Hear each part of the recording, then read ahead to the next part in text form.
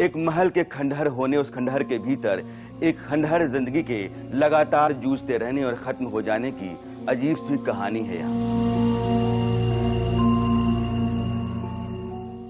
इस महल या खंडहर को आज की तारीख में मालचा महल कहते हैं। दिल्ली का सुल्तान फिरोज शाह तुगलक इसको शिकारगाह के तौर पे बनवा गया था, यानी जब सुल्तान शिकार करने के लिए आता था तो यहाँ ठहरा करता था। लेकिन पिछले कई दशकों से यहाँ अवध के नवाब वाजिद अली शाह की परपोती बेगम विलायत महल अपने बेटे रजा महल और अपनी बेटी सकीना महल के साथ रहती थी। हाल ही में रजा महल का इंतकाल हुआ, वो आखिरी वारिस थे, इसलिए अब इस महल में या मालचा महल के अंदर कोई नहीं रहता।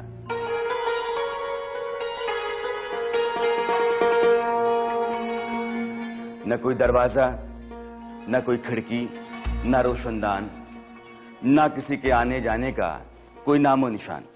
ये कालीन है जो लगता है कि यहाँ शाही लोग पहले रहते होंगे। यह बहुत पुरानी सी कालीन है, जहां भी आप देखेंगे धूल पड़ी हुई है। कहते हैं कि अली रजा किसी से मिलते जुलते नहीं थे और जब कभी कोई आता था तो उस पर बंदूक तान दिया करते थे। अकेले रहा करते थे, अकेले अपनी जिंदगी चलाया करते थे और उनको कुछ लोगों ने यहां से अकेले ही जंगल के बाहर जाते और फिर जंगल से होकर यहां आते देखा है। जब इंसान इतने सूने घर में, इतने वीराने में, जंगल में आकर के रहता हो, अकेला हो, तो फिर वो अपना समय कैसे काटते होंगे? वो एक बुक थी, वो उनको पढ़ने लिखने का बहुत शौक था। कहानियाँ लिखता था कि मैं कैसे यहाँ पे काट रहा हूँ, वो लिखता था डायरी में। तो वो डायरी सारी पुलिस वाले ले जा चुके हैं। जब भी हमने उनको देखा तो लिखते ही रहते थे वो।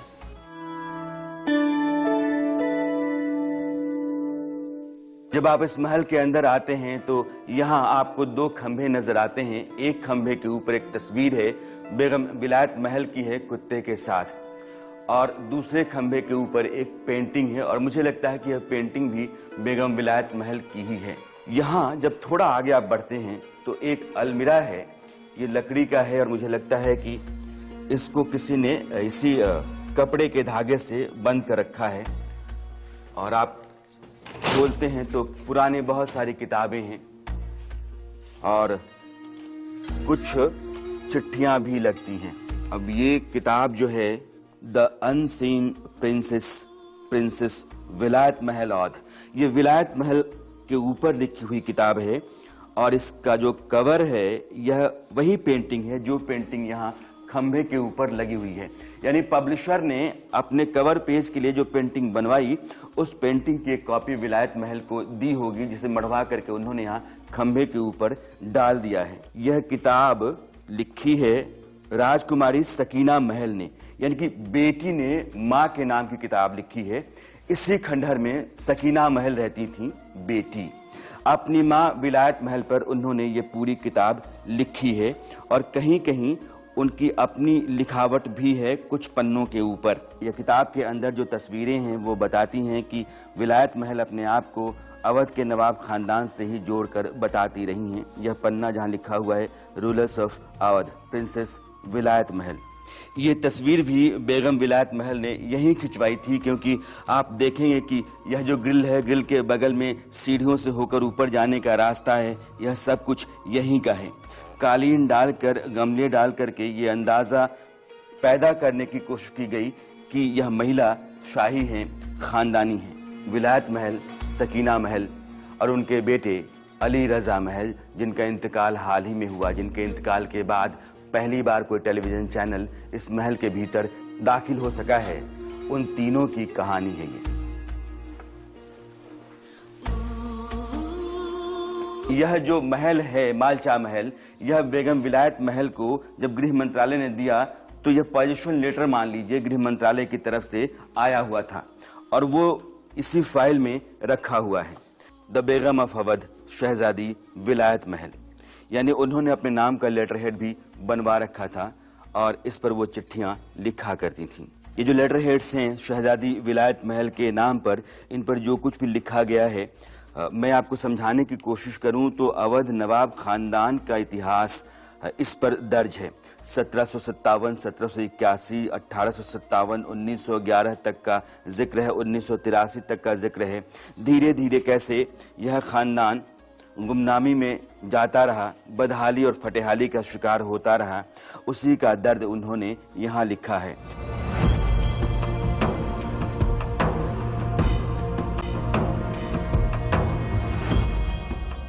सब कुछ बिखरा हुआ सा है।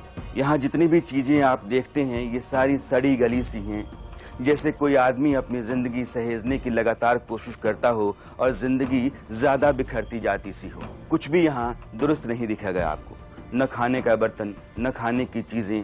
हाँ, कुछ चीजें ऐसी हैं जो नफासत की गवाही देती हैं, जैसे ये कोक का डब्बा, एक रेडियो है फिलिप्स का, बल्कि 2 in 1 है, टेप और रेडियो दोनों इसी में है, लेकिन ये अभी काम नहीं कर रहा है। ये लकड़ियां हैं, मुझे लगता है कि लकड़ियों पर ही खाना बनता होगा। आधी जली लकड़ी यहाँ पड़ी हुई है।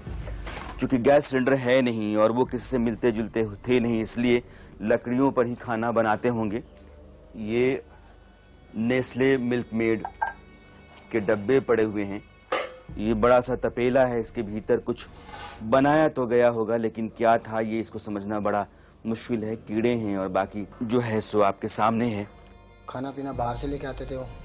फिर पैसे कहाँ से आते थे? पैसे अब वो बाहर से आते थे, अब ये नहीं पता कहाँ से, लखनऊ से आते थे, अवध से आते थे, वो हमें पता नहीं। जब आप इस तरफ आएंगे, कमरा तो मैं नहीं कहूँगा क्योंकि कोई दरवाज़ा कोई खिड़की तो है नहीं, इसलिए जब इस तरफ आप आते हैं तो ये एक रेफ्रिजरेटर है। और मुझे लगता है कि जब रेफ्रिजरेटर बनना शुरू हुए होंगे उसी दौर का ये है। इसमें बहुत सारे पुराने कपड़े, घर का जो कबाड़ होगा वो इसमें डाला हुआ है। हालांकि यह पूरा घर ही अपने आप में कबाड़ खाना है, लेकिन मैं इसलिए यहाँ आया हूँ कि यहाँ एक ऐसी जिंदगी रहती रही है जो अपने आप में कई तरह के सवाल और कई तरह के सबक लिए है। इस महल में बड़े बड़े अरमानों ने दम तोड़े हैं, लंबी लंबी जिदों ने जिंदगी गंवाई है और गुजरे वक्त की रंगीनियां स्याह धुंधली पड़ी हैं। बेगम विलायत महल की कहानी एक बार मैं आपको सुनाना चाहता हूँ। वो अपने आप को लखनऊ के नवाब खानदान से जोड़कर बताती थी। 1970 में उन्होंने ये तय किया कि मुझे शाही जिंदगी दोबारा जीनी है, इसलिए वो दिल्ली आ जाती हैं अपने 2 बच्चों के साथ, सकीना महल और रजा महल। दिल्ली आकर रेलवे स्टेशन के वेटिंग रूम में ठहर जाती हैं और वहीं डेरा डाल देती हैं। रेलवे लंबी लड़ाई लड़ता है उनको वहां से निकालने की, लेकिन वो कामयाब नहीं होता है। वो भारत की सरकार से बार बार कहती रही हैं कि नवाब खानदान का होने के नाते और जो भूमिका हमारी इस मुल्क में रही है उस लिहाज से भी हमारी देख रेख का जिम्मा सरकार को उठाना चाहिए। आखिरकार यह लड़ाई वहां आकर खत्म होती है जहां इंदिरा गांधी यह तय कर लेती है कि ठीक है, आपको भारत की सरकार मालचा महल देती है, आप इस महल में आकर अपने बच्चों के साथ रहिए। और विलायत महल यहां आकर के रहने लगती हैं। वक्त होता है 1984 के आसपास का। तब से लेकर के आज तक यह परिवार यही रहता रहा। 2003 में कहते हैं कि विलायत महल का इंतकाल हो गया और उनके दोनों बच्चे यानी सकीना महल और रजा महल उनके लाश के साथ, उनके शव के साथ 10 दिन तक रोते बिलखते रहे। लेकिन जब उस शव से बदबू आने लगी तो उन लोगों ने उन्हें दफना दिया। उसके बाद से दोनों भाई बहन यहां रहने लगे। दुनिया के लिए उनके रास्ते बंद थे, वो किसी से मिलते जुलते नहीं थे। उनके पास इक्का दुक्का लोग कभी कभार आया करते थे।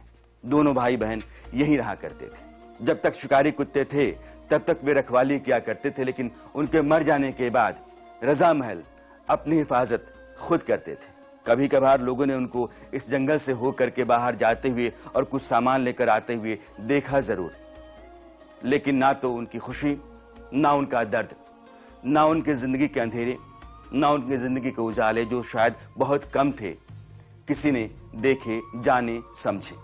पहले तो यहाँ पे बहुत साफ सफाई थी जब वो थे, जिंदा थे। खुद किया करते थे। हाँ, 2-3 महीने पहले तो वो एक्सपायर हो गए, तो उनके बाद कौन सफाई करेगा, वो खुद ही करते थे। ये जो पहले नौकर आया करते थे, नौकर थे उनके कम से कम 8-10 साल हो गए, जो भी चले गए थे। और ये जो शिकारी कुत्ते थे, ये तो उनके 10 कुत्ते थे, 10 कुत्तों में से 2 बचे थे, 2 भी मर गए। ये डाइनिंग टेबल है।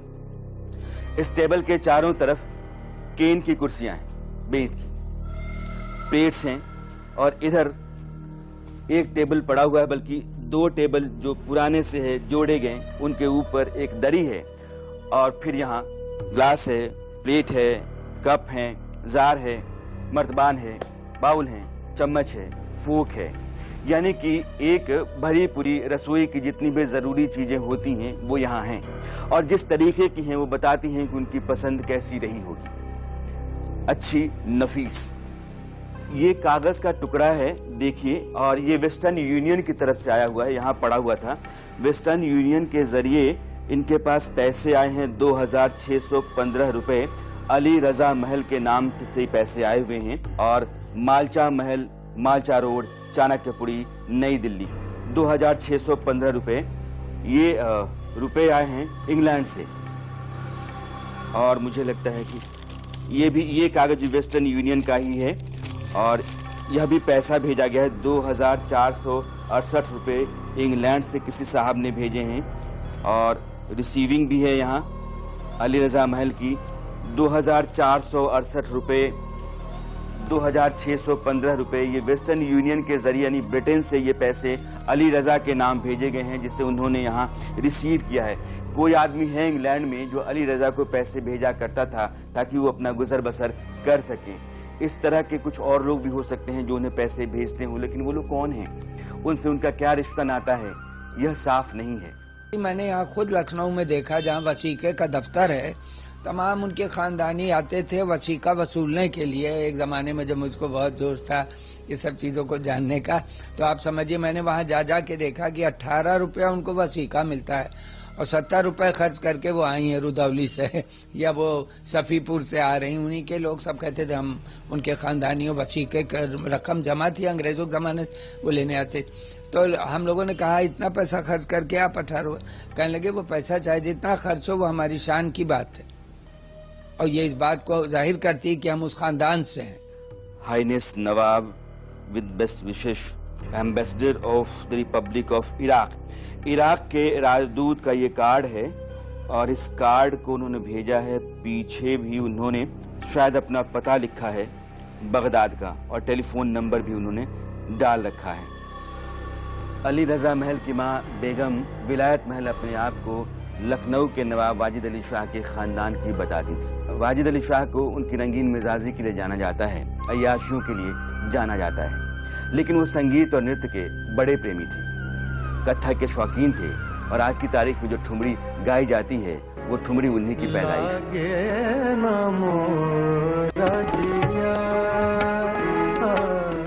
लेकिन वाजिद अली शाह ने अपनी जिंदगी में बेइंतहा मोहब्बत की, बेपनाह लोगों से की, बेशुमार लोगों से की।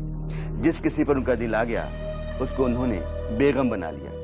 एक पूरा का पूरा परीखाना हुआ करता था, उस परीखाना में बहुत सारी बेगमें रहा करती थी। जिस पर उनका दिल आ गया, जो उनको पसंद आ गया, उसको नृत्य और गीत सिखाने के लिए वो परीखाना में रख दिया करते थे। इस तरीके से उनके खानदान के लोगों की जमात बहुत बड़ी होती गई, या वो वाजिद अली शाह के वंशज हैं, उनके वारिस हैं, ये कहने वालों की जमात बड़ी होती चली गई।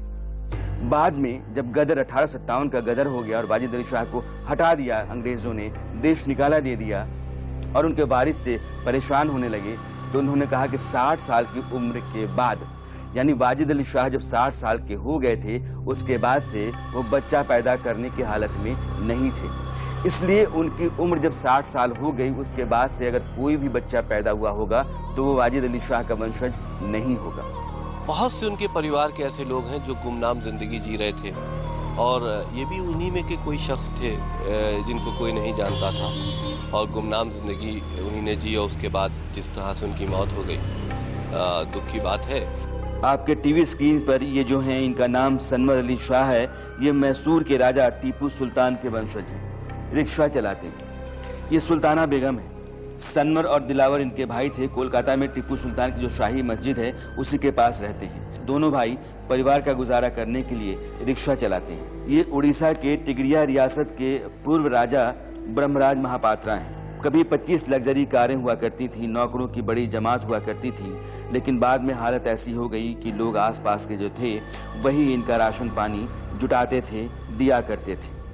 मीना कुमारी को आप जानते होंगे, सैकड़ों फिल्मों में काम कर चुके, अपने दौर के सुपरस्टार, लेकिन मरे बेहद तंगहाली में। विम्मी को आप जानते हैं, फिल्म हमराज और ऐसी कई फिल्मों में उन्होंने यादगार भूमिकाएं निभाई, लेकिन विम्मी आखिरी दिनों में अस्पताल में भर्ती रही और जब उनकी मौत हुई तो पूछने वाला कोई नहीं था। शव को अंतिम संस्कार के लिए ठेली पर रखकर कोई अनजान आदमी शमशान घाट छोड़ आया था। ये नलिनी जयवंत है, भूखमरी में दुनिया से विदा हो गई। एके हंगल इलाज के बिना दुनिया से गए और उनकी मैयत पर दिखावे के लिए भी कोई रोने नहीं आया। कामयाबी की सीढ़ियां इंसान को शोहरत की छत तक लेकर के आती, लेकिन वक्त के साथ साथ कभी कभी यह गुमनामी, बदहाली और तंगहाली के झाड़ झंखार में घिर जाती। फिर जब आप इन सीढ़ियों से होकर गुजरते हैं तो बहुत ही कमजोर, लाचार, बेबस और अंधेरे में घिरी हुई सी नजर आती है। इसलिए जिंदगी जीने के दौरान इस बात का ख्याल जरूर होना चाहिए कि जितना अपने लिए उतना ही दुनिया के लिए करने का मतलब टटोला जाए। इस सन्नाटे में, इस वीराने में, इस जंगल में 3 जिंदगियां हमेशा तारीख की पीठ पर दर्ज रहेंगी। अली रजा महल, उनकी बहन सकीना महल और उनकी मां बेगम विलायत महल, ठीक वैसे ही जैसे फिरोज शाह तुगलक की बनाई यह शिकारगाह। वक्त चलता रहता है, पीढ़ियां आती हैं, जाती हैं, उनका समय बदलता रहता है, इसलिए जिंदगी को समझना जरूरी है। वो किसी बंदिश या मुगालते का शिकार नहीं होना चाहिए, उसको कहीं भी ठहर कर रहना नहीं चाहिए। वो पानी की तरह, हवा की तरह हो तो बेहतर है, यानी उसके अपने मायने होने चाहिए। जब तक जिंदगी के मायने हैं वो जिंदा रहती है, वरना वो बेगम और फिरोज शाह तुगलक की यह शिकारगाह बनकर इतिहास में दर्ज हो जाती है। अरसत में आज इतना ही। अगले हफ्ते मेरी मुलाकात आपसे फिर होगी एक नए सवाल के साथ, एक नए मुद्दे के साथ। तब तक के लिए